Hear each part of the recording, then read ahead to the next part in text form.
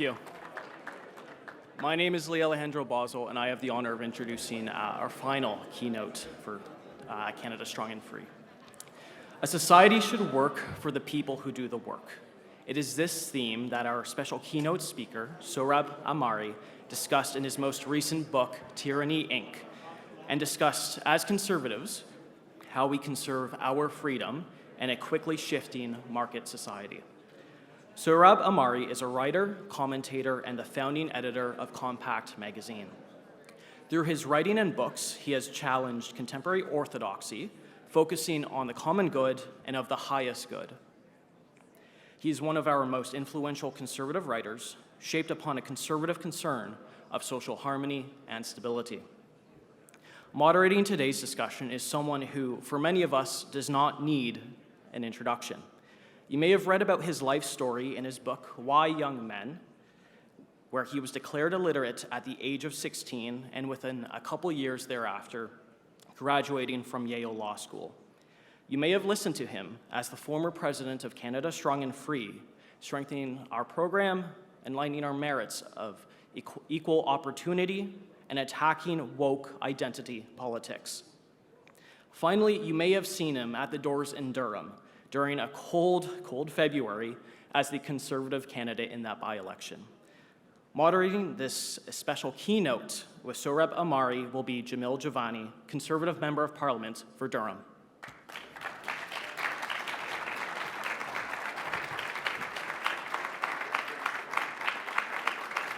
Thank you. Hi, everybody.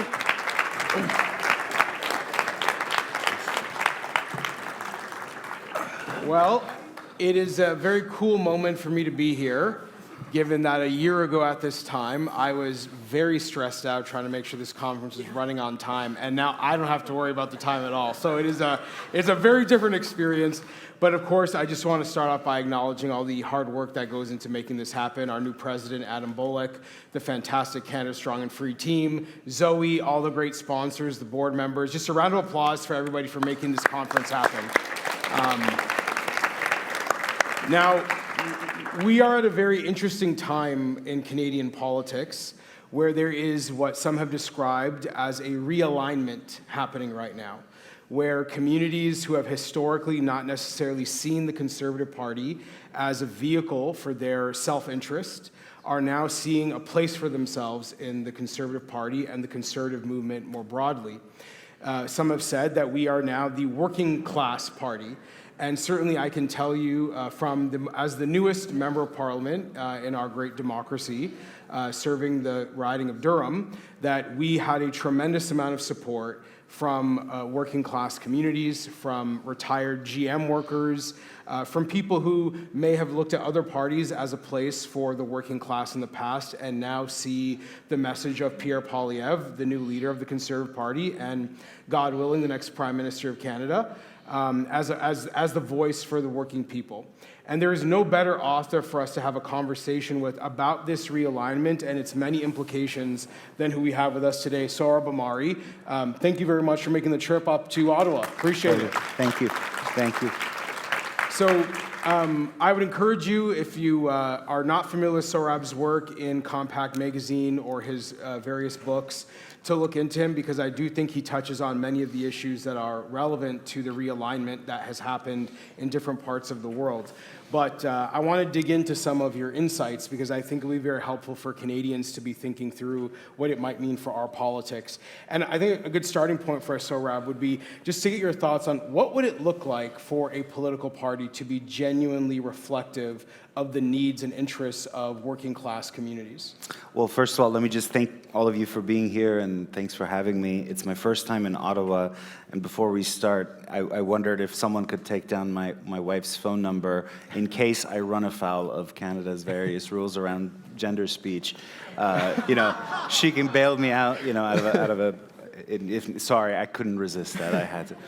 And I'm very delighted to be on this, sharing this stage with you, Jamil. When I was the op-ed editor of the New York Post, I published, this was in the before times, before the pandemic, a piece that you wrote for us. And basically that piece is responsible for you now becoming a member of parliament. So, yeah, just kidding. What would it look like for parties of the center-right to really genuinely serve working class communities? I can only speak from mostly from a U.S. perspective. What we have right now in the United States is a low-wage, high-benefits economy.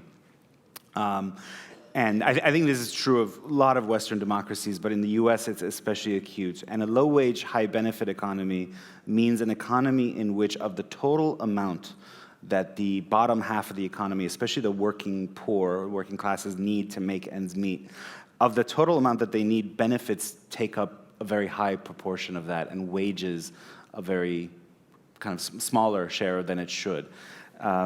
So what that means is not that the benefit system is necessarily very generous. It's not in the United States.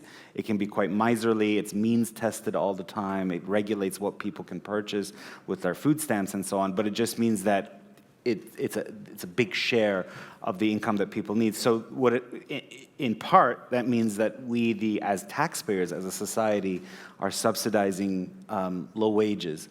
And so the most important thing I would kind of advocate for a center-right parties everywhere is to try to shift that balance toward a high-wage economy. And there's all sorts of issues that go around that, and we can unpack some of them.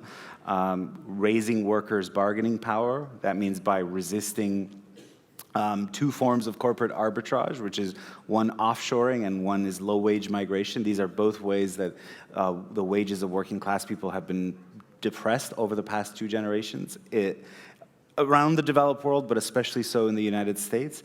It means returning to the idea of industrial policies to promote manufacturing jobs, because we know that manufacturing jobs not only typically pay higher wages, but they have all sorts of kind of stability built around them that the precarious kind of gig economy, private gig economy and service-oriented sectors do not. So, and other steps of the kind. But the lodestar, the goal should be an economy in which wages provide stability, and hopefully perhaps we can move to a condition in which we would return to the ideal of a living wage. That is, for a household, it suffices for one breadwinner to be able to make ends meet, to one breadwinner to work. Now, typically that's been a kind of patriarchal ideal in today's society. It may not always be the father or the husband who's the one who works outside the home, but what we do know in the United States is consistently in polls, what working class people tell us is that they want that ideal, that's a strong preference for them, and instead what they get is jobs that are precarious, multiple jobs between the couple, and so on. That has all sorts of kind of ramifications elsewhere in society, and lots of things that I, as a social conservative, worry about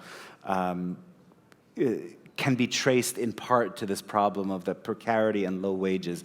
So, for example, the inability of parents to spend time with their kids, collapsing church attendance rates, the fact that people aren't forming families and therefore total fertility is going down across the developed world. It's not all reducible to kind of material conditions, but it is in part, and that's what policy can address. I want to continue with the material conditions point for a moment. In the lead up to your book coming out last year, you published an op-ed with Newsweek where you argued very clearly that you did not believe the Republican Party in the United States was going to become a workers' party. And one of the arguments you make in that piece is that it is opposition to universal health care that is holding that party back. Now, of course, Canada being very different, we have universal health care, and we have multi-partisan support for universal health care, including our Conservative Party. But I would be curious to hear you expound on that. What is it about universal health care that you see as such a big issue in the United States?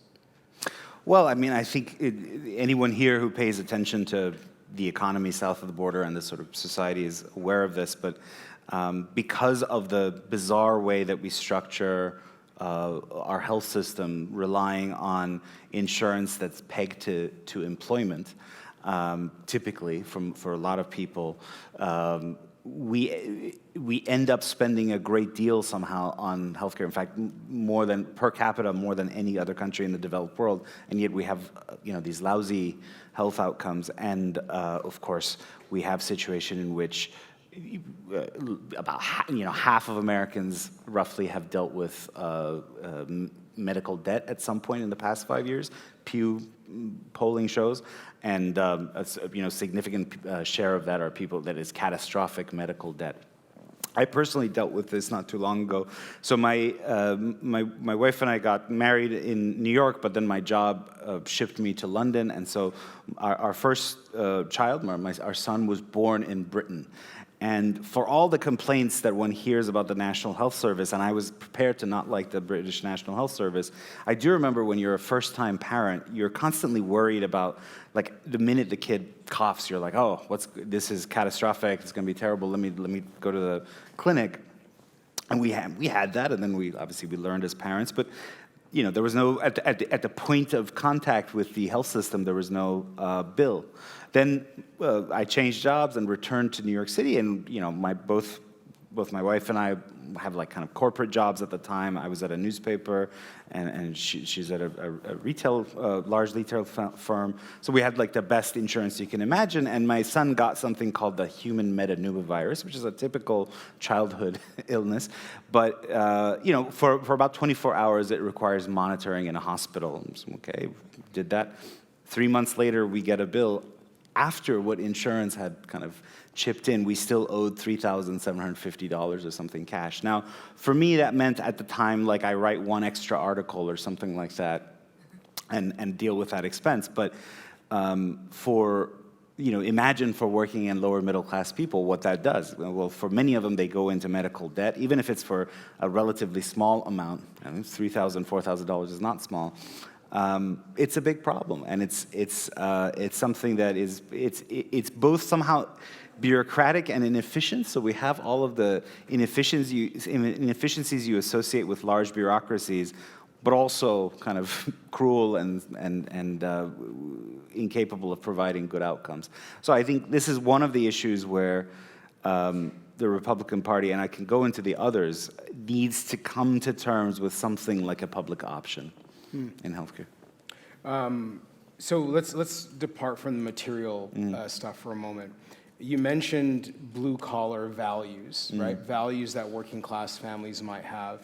I'm wondering if you can expound a bit on that, because I do think when we talk about the realignment that might be happening, and this is something that's happening all over the Western world in different ways, where working-class people are reconsidering their political loyalties, their political options.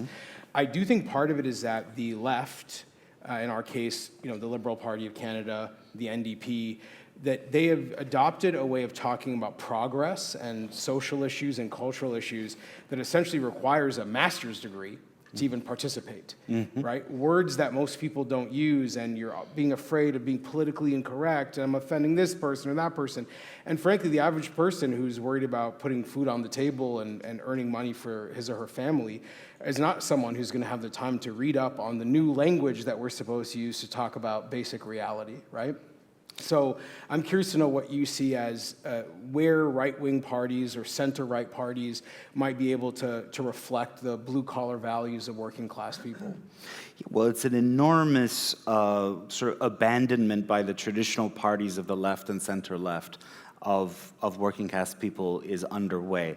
In the United States, the historic base of the Democratic Party was farmers, or agricultural. That goes back to the Jacksonian era in the 19th century, and then urban kind of labor unions, private economy labor unions.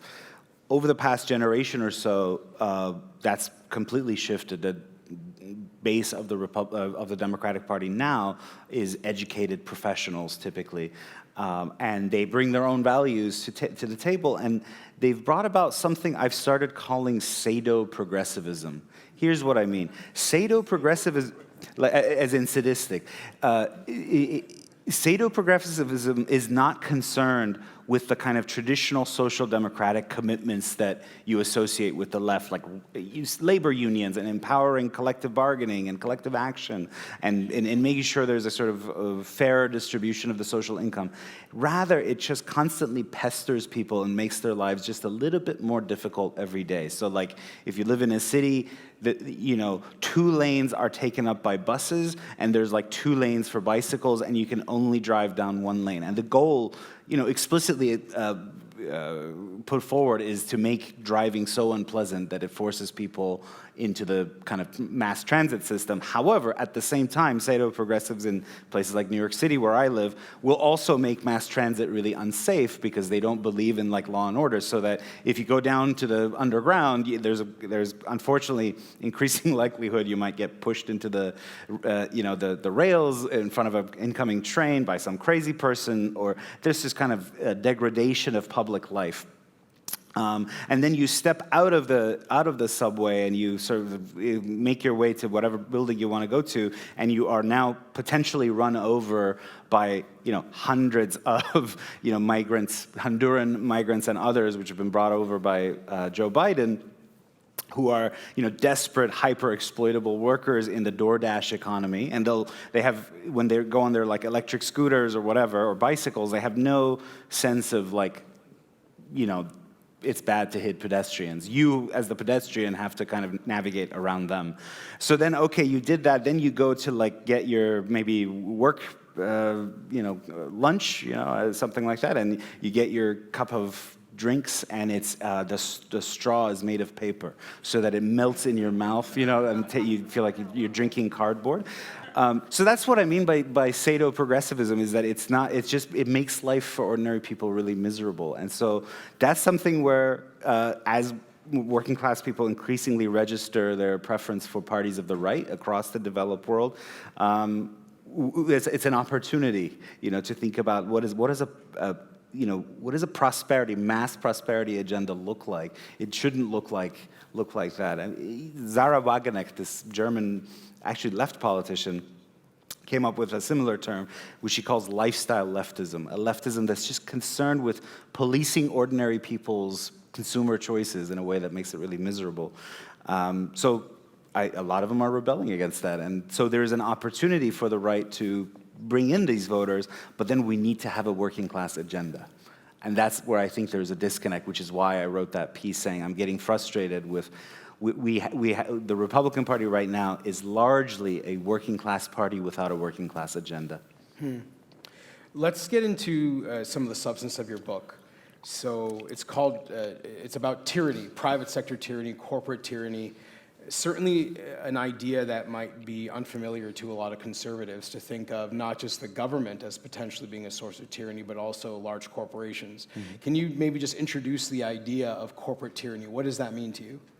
Yeah, so, I mean, as you said, people in the Anglosphere, but especially conservatives, are used to thinking of coercion as only what happens in the public sector, and it's only what government does to us. So coercion is, what happens when you double park your car, or when you have to pay your taxes, and so on. And that is a form of coercion.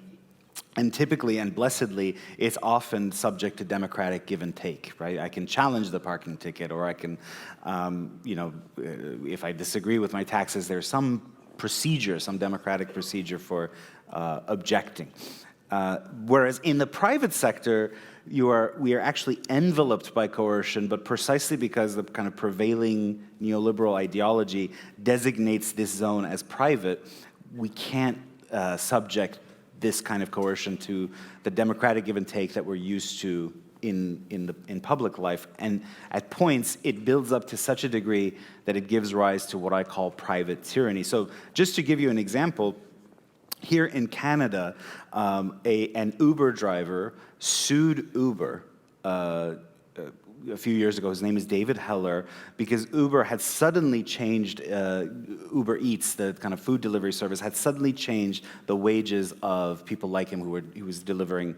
And he argued that was unlawful under kind of local Canadian labor laws. The problem was that when he had signed up to do Uber, he had signed up to do commercial arbitration, meaning that he cannot sue in a traditional Canadian court, but rather what was required of him was that he had to pay 14,000 euros to file his complaint in the International Chamber of Commerce in Amsterdam. So just to initiate, he had to pay a 14,000 euro fee, and this is a person who makes like 20,000 Canadian dollars a year out of his Uber job. So the process was designed to make it impossible for him to access traditional justice, even though he argued under Canadian labor law what Uber had done was unlawful. So the Canadian Supreme Court disagreed with Uber, said that arbitration provision, where it's an ocean away for you to try to vindicate your rights, makes his rights illusory. And by I think an 8-1 vote, the Canadian Supreme Court said no, that arbitration clause is unconscionable. In the United States, however, our Supreme Court has reached the exact opposite kind of outcome in its decisions on commercial arbitration. So you have workers who have been going to work regularly for several months or years, and then one day an employer will send a company-wide email saying, if you show up to work the following day, you agree to forego your right to sue in a case of a dispute in a traditional court, but rather must arbitrate your disputes. Now, in a kind of pure, kind of classical free market fundamentalist worldview, it's like, well, at that point, the worker has the freedom to renegotiate or walk away.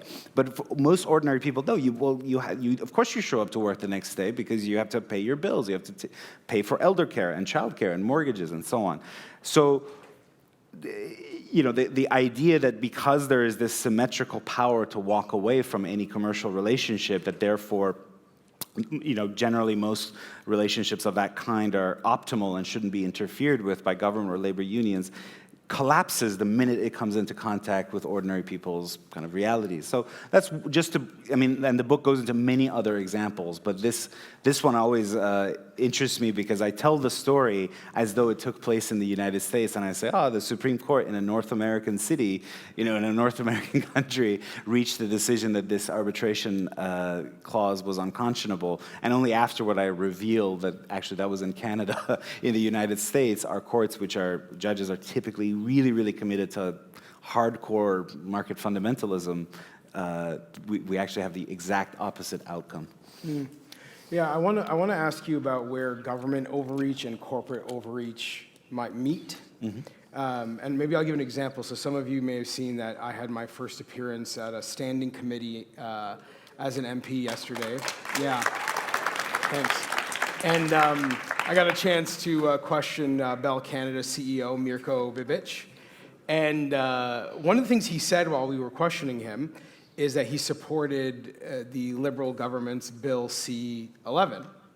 Now, you might remember Bill C-11 was the bill that the Liberals put forward and are continuing to put into law, which allows for them to regulate what we say as Canadians on social media and on the internet the same way they might regulate what is happening on radio, airwaves, or television. The idea being that the government can treat users and also various platforms as an opportunity to control and potentially censor what Canadians say and what we read. So going back to why the CEO of one of the biggest corporations in Canada would support the government having more control over what his competitors' online platforms might be saying, it got me thinking about where government interests and big corporate interests might overlay. And that if the government wants to censor people or control what information they have access to, and big businesses then stand to benefit from their competition being overregulated, that there may be a disturbing marriage in that situation. Can you talk a bit about the censorship aspect of your work and what you've studied in terms of where corporations and big government might actually have a lot in common? Yeah. So there are various dates that each of us have that are etched in your mind. You remember your own birthday, your kids' birthdays. One of the dates that's etched in my mind is October 14, 2020.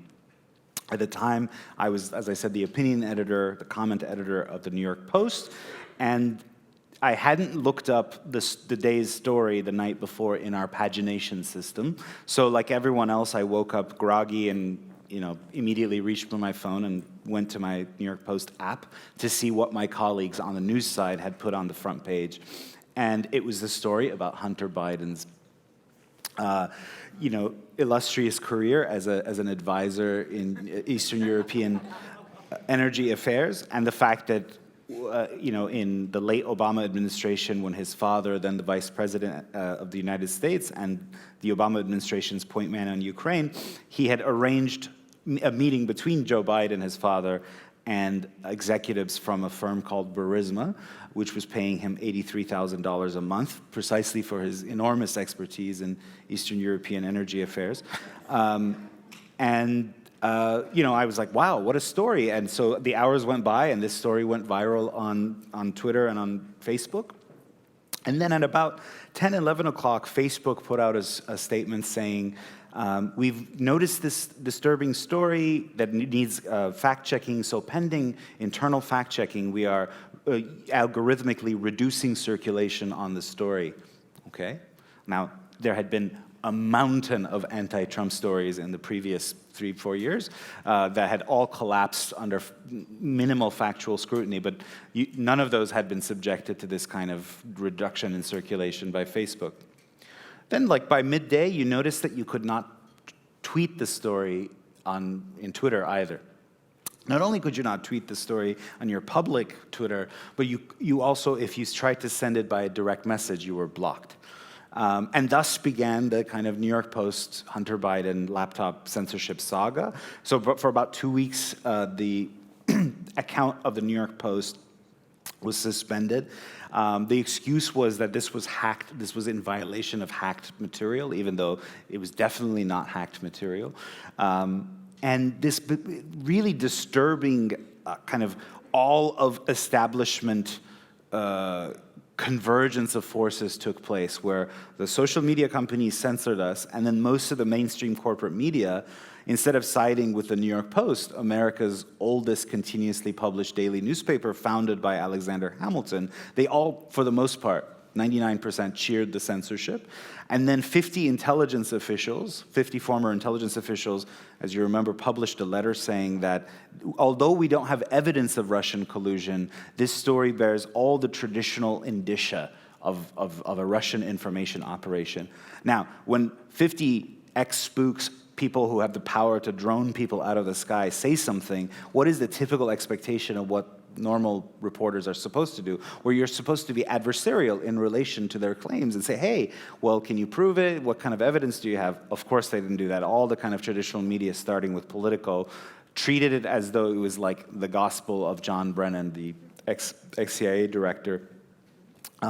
So all of this took place. Now, what we learned subsequently, thanks to Elon Musk's kind of disclosure of the so-called Twitter files, is the degree to which this kind of censorship, not just over the Hunter Biden laptop case, but also during COVID, had been kind of directed by government agencies in the United States, this kind of the security apparatus, and also political campaigns, typically more often than not favoring the left.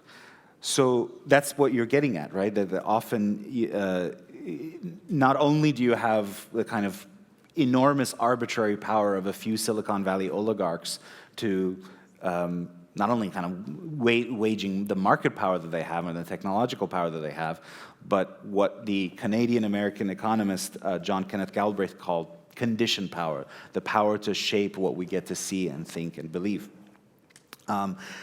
So just to get into the kind of weeds of the debate, I'm a little bit concerned that Republicans have now made it exclusively about the government collusion with social media companies doing censorship.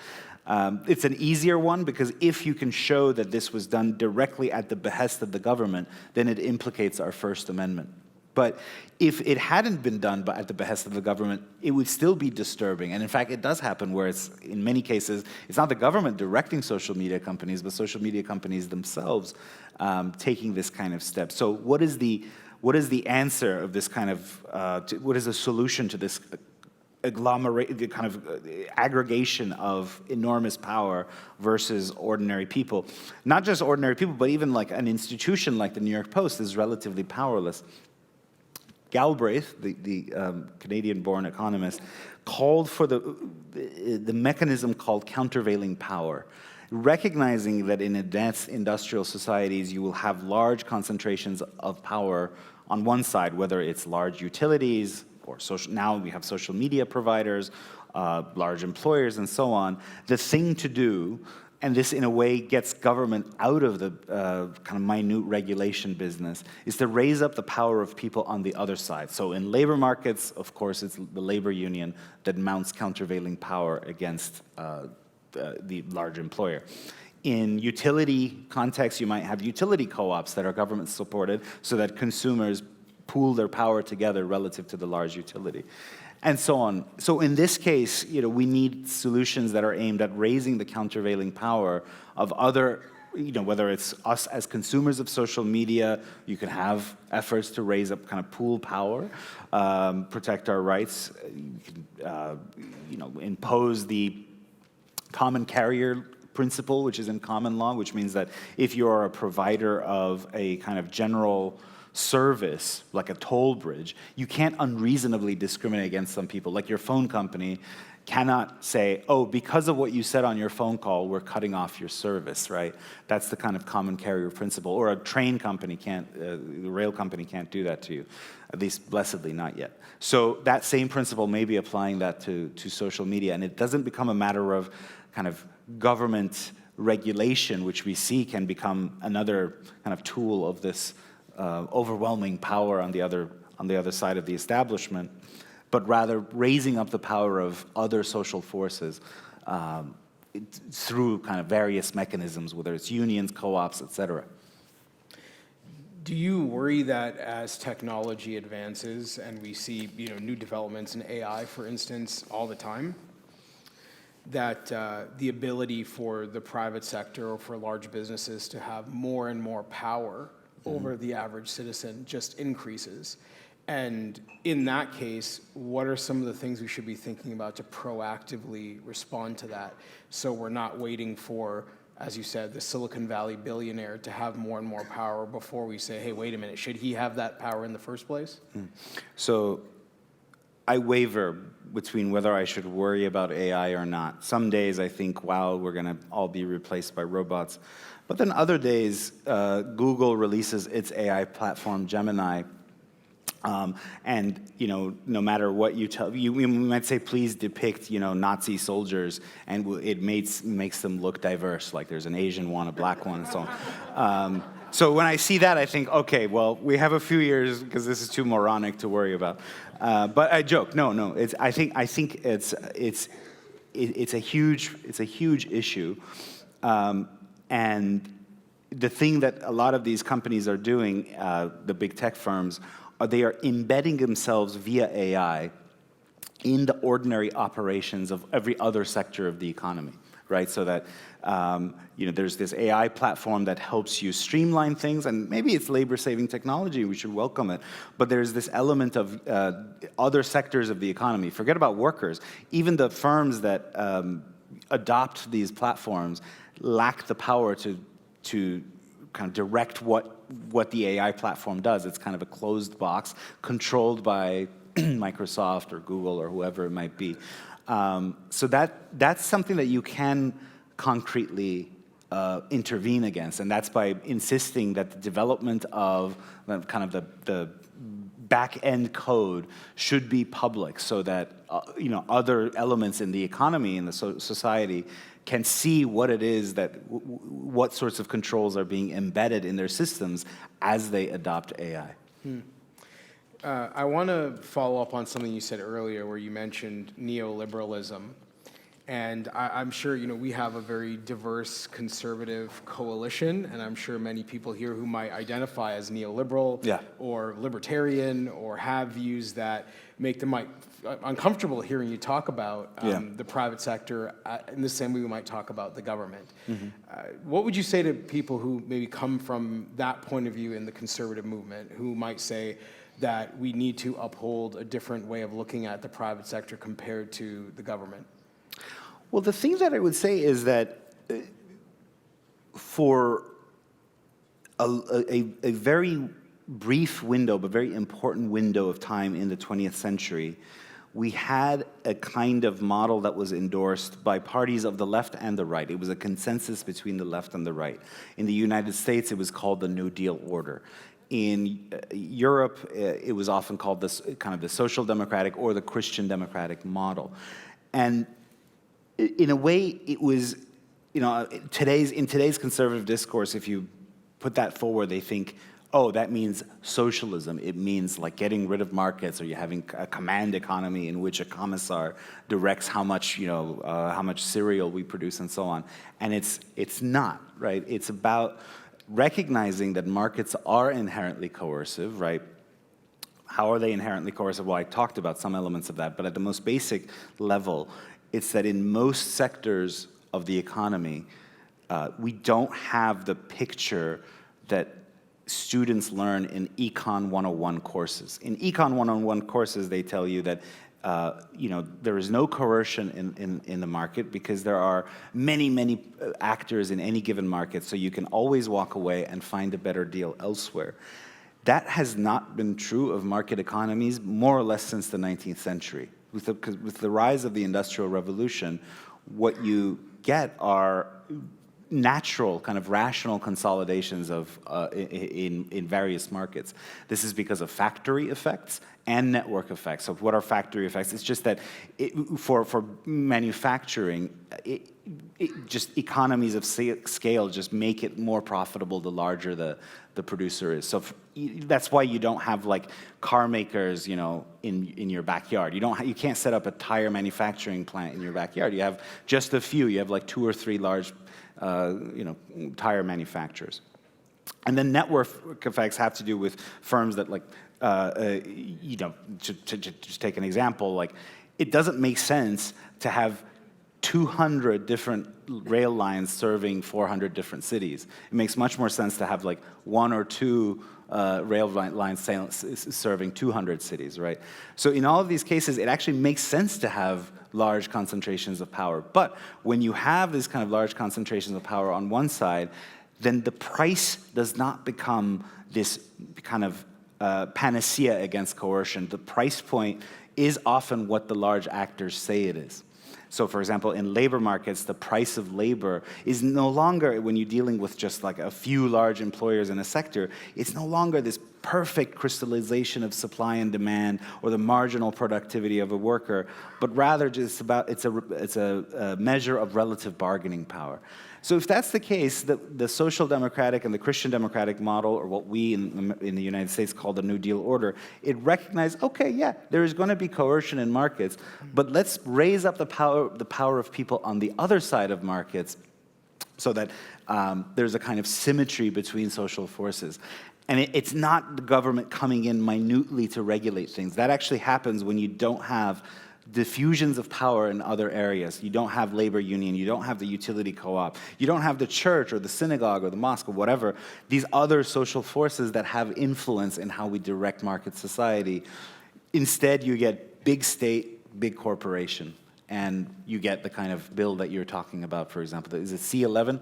Yes, horrible piece of legislation, despite Bell Media's CEO's opinion on that. Okay, so I'm just trying to think about this in terms of what I do, right? Mm-hmm. So my job is a matter of compromise, persuasion, building bridges, mm-hmm. trying to bring people together who might not start at the same position on an issue, mm-hmm. but we try as a conservative movement to bring people who share some values to see what a common outcome and mm-hmm. how it might be good for all of us. So you and a libertarian are in a room together, right? What does compromise look like in that situation? So you're talking to somebody who's from the sort of 1980s era, Ronald Reagan, Margaret Thatcher type of conservative. Mm-hmm. And if you need each other, right? I mean, you might have very strong disagreements, but you need each other in order to win an election, to govern, to make good decisions, better than what the left might be wanting to do to the country. What does a compromise look like on some of the issues we've talked about? And you can pick any one of them, but I'm more so just interested to see how you think about the difference between having the sort of theoretical debate and then taking this into practice. Well, I'll refer back to something that was said in the previous panel while you and I were in the backstage, this concept of nearshoring. Surely the kind of, and I know there are lots of libertarians and neoliberals who do think there have to be concern about adversary nations or rivals like China in terms of the way they can exert market power in our societies for their own political ends. So the idea of working through industrial strategy, it could be voluntary, it could be like bringing together Western business leaders to continue to push something that's already really happening. It began in some ways under the Trump administration and it's continued under the Biden administration of bringing manufacturing closer to home, nearshoring or onshoring manufacturing. That's something that I don't necessarily think if you're someone whose commitments are libertarian and you don't want to see, the Chinese Communist Party's principles prevail over Western democratic principles, then you could, I think, under certain libertarian principles, think that the sphere of free trade should be limited to kind of powers that reflect our values, and that we are not trying to use like TikTok to distort the minds of young people, in the West. So that's one example. But there, to be honest, I was hoping you would say, what if you're dealing with someone on the left? Because I think there are compromises that could be struck on that side too. In fact, they are happening. So, for example, in the United States, Senator J.D. Vance, hardcore Trumpian Ohio. I'm a big fan of him, but he teamed up with Liz Warren. You wouldn't imagine, but he teamed up with Liz Warren to do a law that says, okay, if you are an executive at a bank that had to be bailed out, we're going to claw back your executive compensation because taxpayers shouldn't pay for your bonuses, after you drove your bank to the ground. So that's an example of things we can do. Or if you're a kind of social conservative and you want to see family stability and the ability of, if one partner, typically the mom, but doesn't have to be always the mom, staying home, taking care of the children, and you have progressives who want, universal child care.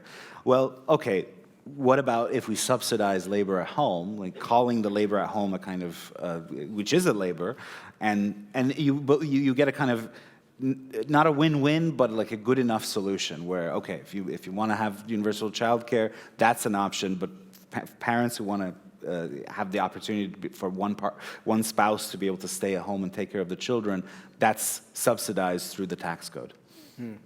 So since we're sort of closing today's portion of the conference, I think it would be interesting to leave our audience here with a parting question, something that you're wrestling with right now as a writer, as a thinker, that maybe you could just share with us. What's on your mind? What are you trying to figure out right now that we might be able to kind of take with us today and debate with our friends and family and think about it on our own time? I mean, there are questions that I'm grappling with. Some are, as you can tell, it has to do with economic history, and it's really trying to understand why was it that the New Deal order or the social democratic order began to unravel in the 1970s. To what extent was that the result of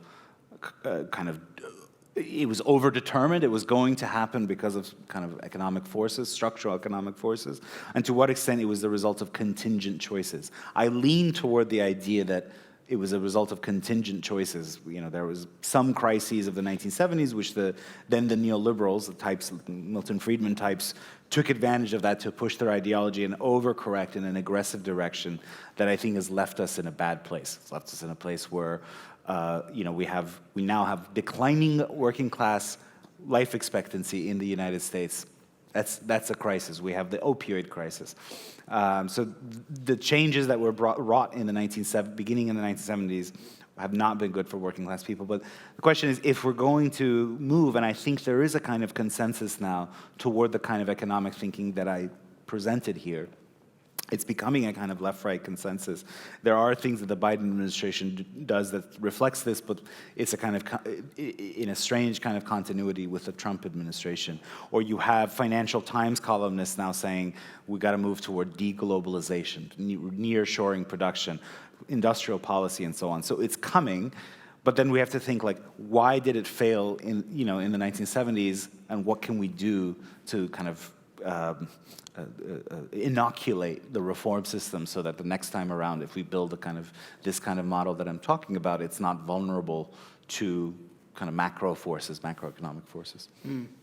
Well, I think you've raised a lot for us to think about, and I do hope, as I mentioned off the top, that those of us in the room and those of us who are watching on video will consider what is happening in the country with Pierre Poilievre leading the Conservative Party as a real opportunity for conservatives, whether you're a partisan conservative or you're a small c conservative, to consider what we offer communities who may have never voted for us before but are considering us now, because they've seen the excesses of left-wing policymaking, they've seen the excesses of a left-wing cultural agenda, and are now hoping to have a better outcome for their families and for their communities, for their neighborhoods, and for our great country of Canada. Please join me in an applause for thanking Sohrab for being with us today. Well done. Yeah. And yes. And